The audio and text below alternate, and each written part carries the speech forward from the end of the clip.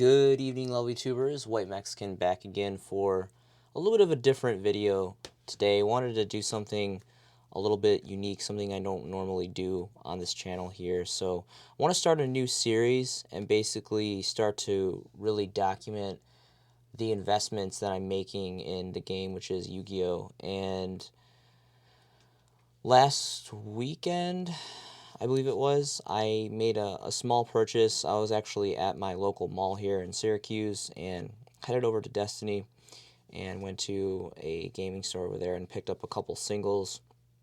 Nothing too crazy, nothing really big or anything, but there's a couple cool things that I picked up that I just wanted to showcase for you guys tonight. And the first one is going to be a near mint first edition original magic stamped Star Deck Pegasus Graceful Charity. If you guys know the history on this card, it's really significant to me because Starter Deck Pegasus was the very first Yu-Gi-Oh! Product I ever owned as a kid. So pretty clean. I looked over these thoroughly. They're almost pretty much near mint. I was pretty avid about that. The rest of these are unlimited, so there's actually another different part of this series is going to be me going over, part of the new series is going to be going over what I'm personally investing my funds in, what I'm personally investing in general. But there's also another major investment that I made exclusively for Generation 1 Near Mint Unlimiteds. I know that sounds kind of sacrilegious because I'm like completely against collecting unlimiteds for the most part, but we're at a time that the game is old enough that the first edition copies, especially for Gen 1 era cards, are just getting so ridiculously expensive, and they're very, very competitive to get, that I've actually switched over to, I'm still very much collecting first edition. It's just very expensive, and it's a lot more competitive. And right now, we're at a time when unlimiteds, even for near mint unlimiteds, there's some pretty affordable deals out there on multiple platforms. So that's kind of something that I'll get into in more detail with the next video that I'm going to put out there for this series of particular things that I'm investing in. So more to come on that. But so this is an unlimited near mint dark hole magic stamped original Legend of Blue Eyes White Dragon. It's going to be hard to see. You may be able to see it a little bit better with the lighting. There's a very, very minute hollow shift here on the right corner. You can see in the bottom here.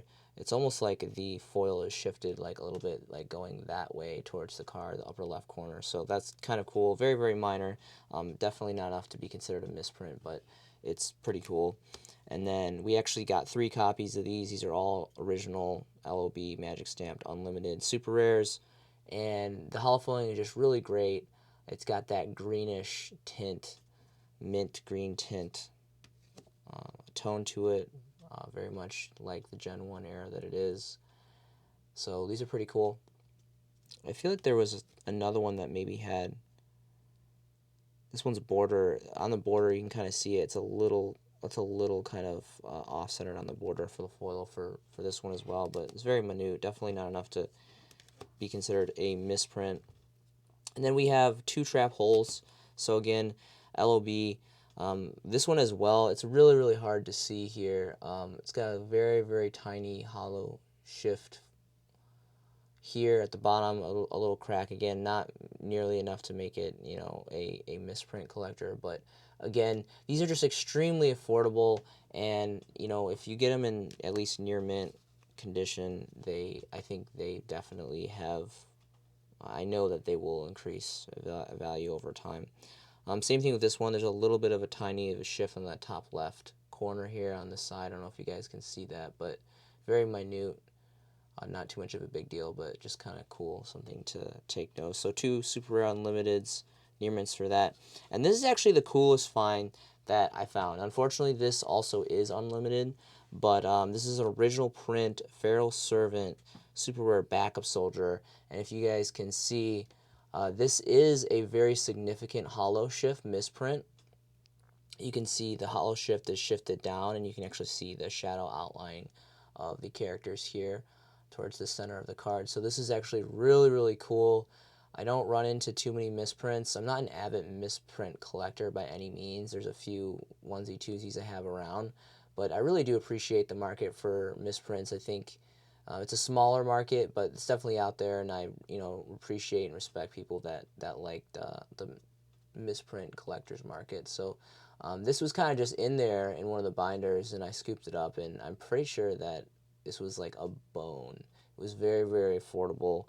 It's not quite near mint. I would say it's probably like lightly played at best. It's got some pretty roughed up corners as far as like edge wear here in the back, and a couple little maybe some little scrapes in the front. So it's definitely not near mint by any means, but the sheer fact that it was literally just a bone and it was a misprint, and like a really significant misprint, I thought that was really, really cool. And it's Generation 1, very much Generation 1. So I thought that was really, really cool. And then there's a couple other smaller cards here. I picked up 2 copies of Secret Rare First Edition Hyperia.